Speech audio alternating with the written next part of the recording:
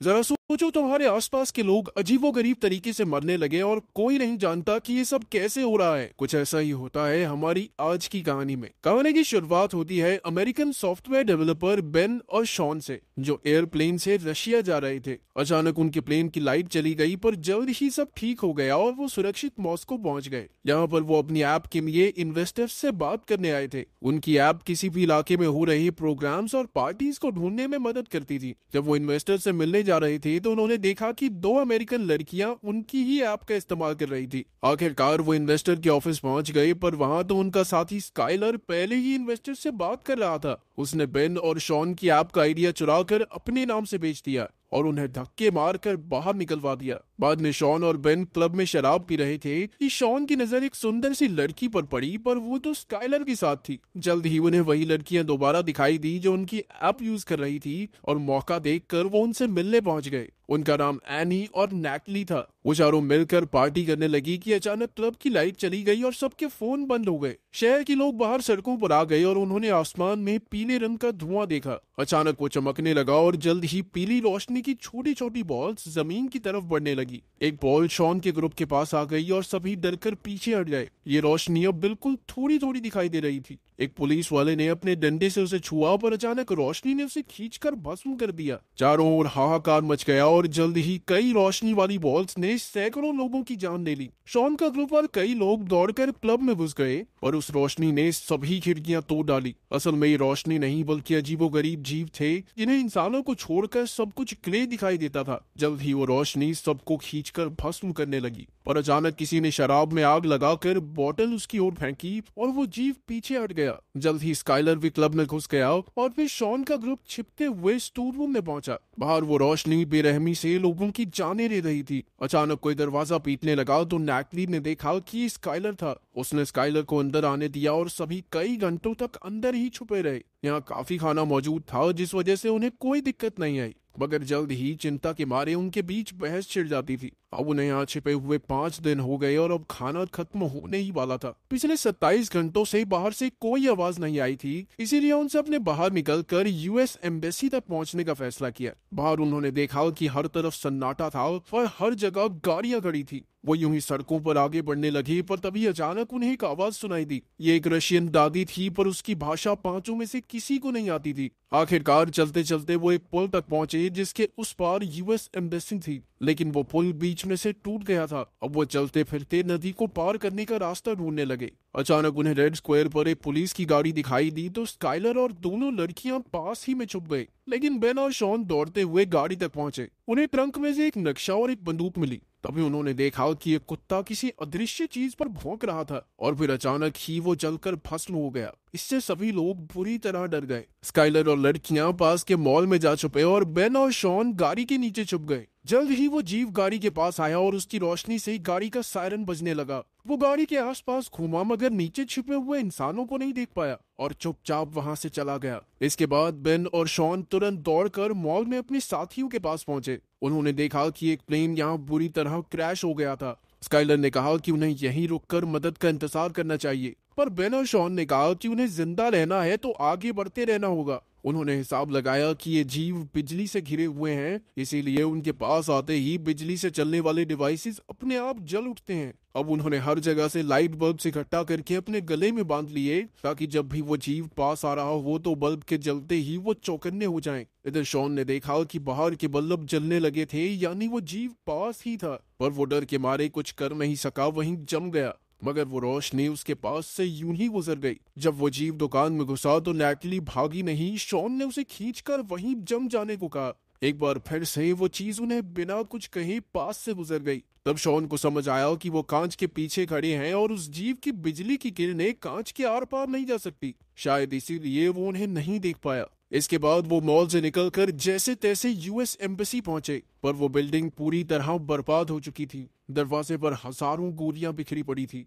तभी स्काइलर को एक राइफल मिल गई। अब स्काइलर दरवाजे पर रखवाली के लिए रुका और बाकी सब अंदर की तलाशी लेने गए, पर वो बिल्डिंग पूरी तरह खाली थी। फिर वो कंट्रोल रूम में पहुंचे, जहां उन्हें सारे मामलों की रिपोर्ट्स मिली। इस रोशनी के हमले के 3 मिनट तक दुनिया भर में खबरें आती रही और उनके मुताबिक ज्यादातर शहरों पर कब्जा हो चुका था और इंसानों के पास इस रोशनी का सामना करने के लिए कोई हथियार भी नहीं था। अंडरग्राउंड होने के अलावा और कोई चारा नहीं था। वहीं एक पिंजरे में एक रेडियो था और शॉन ने उसे ऑन भी किया, पर रशियन भाषा किसी को समझ नहीं आई। इसके बाद सबने देखा कि बाहर पीली रोशनी की कई बॉल शहर में चारों ओर तबाही मचा रही थी। पर फिर उनकी नजर स्काइलर पर पड़ी जो यूं ही सड़क पर घूम रहा था, तो शॉन और बेन उसे बचाने के लिए दौड़े। जाने से पहले उन्होंने नक्शा और रेडियो उठा दिया। फिर जैसे ही वो स्काइलर तक पहुंचे तो गाड़ियों की लाइट्स जलने लगी, यानी वो जीव आसपास ही था। स्काइलर ने बेन और शॉन को भागने को कहा और खुद गोलियां चलाकर उस जीव का ध्यान भटकाने लगा। जल्द ही रोशनी ने उसे भस्म कर दिया, पर बेन और शॉन की जान बच गई। बिल्डिंग में जाकर शॉन ने देखा कि थोड़ी दूर एक बिल्डिंग के कमरे में लाइट जल रही थी। किसी तरह छिपते छुपाते वो सब उस बिल्डिंग में पहुंच गए,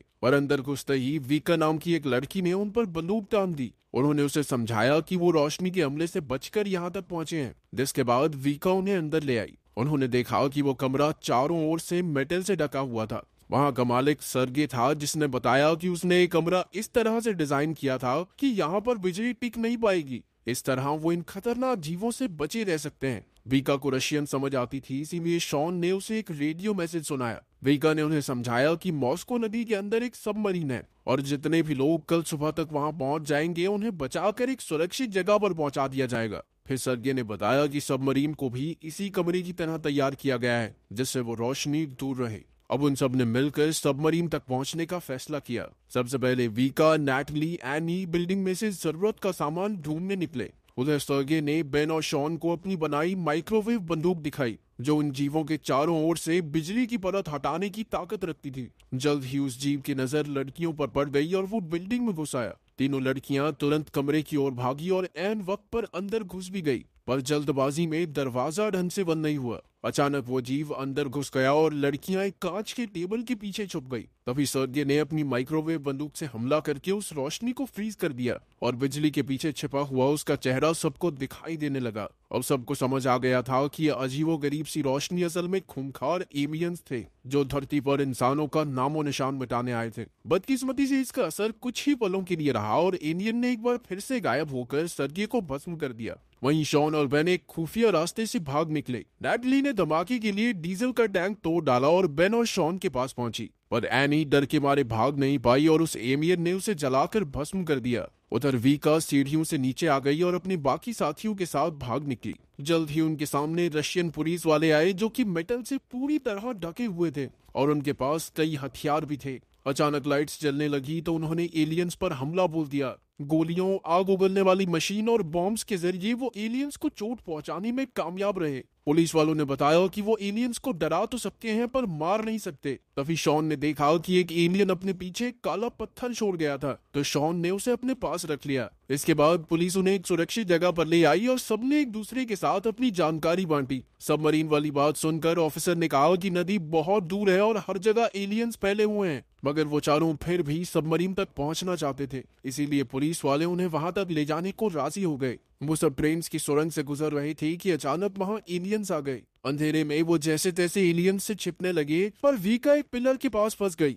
तब बेन ने उसे धक्का देकर पटरी पर फेंक दिया, पर इस चक्कर में एलियन ने उसे पकड़कर भस्म कर दिया। इससे शॉन को काफी गहरा सदमा लगा, पर वो जैसे तैसे सुरंग से बाहर आ ही गए। आखिरकार वो नदी तक पहुंचे, जहां एक कश्ती में बैठकर वो सबमरीन को ढूंढने लगे। अब उन सब ने अपने मरे हुए साथियों का शोक मनाया। अचानक एक पत्थर की वजह से उनकी कश्ती वहीं रुक गई और सबने बाहर आकर देखा कि तेज रोशनी का बवंडर धरती से मेटल्स और कई कीमती चीजें खींच रहा था। तब उन्हें एहसास हुआ कि एलियंस धरती से मिनरल्स चुराने आए हैं। तभी उनकी नजर सबमरीन पर पड़ी, पर अचानक उनके सामने वाली बिल्डिंग तहस नहस होकर उनके ऊपर गिरने लगी। इससे वो सभी पानी में गिर गए, पर अंत में शॉन, वीका और एक ऑफिसर तैरकर सबमरीन तक पहुंच गए। शॉन ने देखा कि नैटली अब भी गायब थी। उसने जैसे तैसे सबमरीन के कैप्टन को नैटली के लिए थोड़ा इंतजार करने के लिए मना लिया और खुद पुलिस वालों के साथ नैटली को ढूंढने निकल पड़ा। चलते चलते उन्होंने अपने फोन्स पटरियों के पास फेंक दिए ताकि एलियंस के आने पर उन्हें पता चल जाए।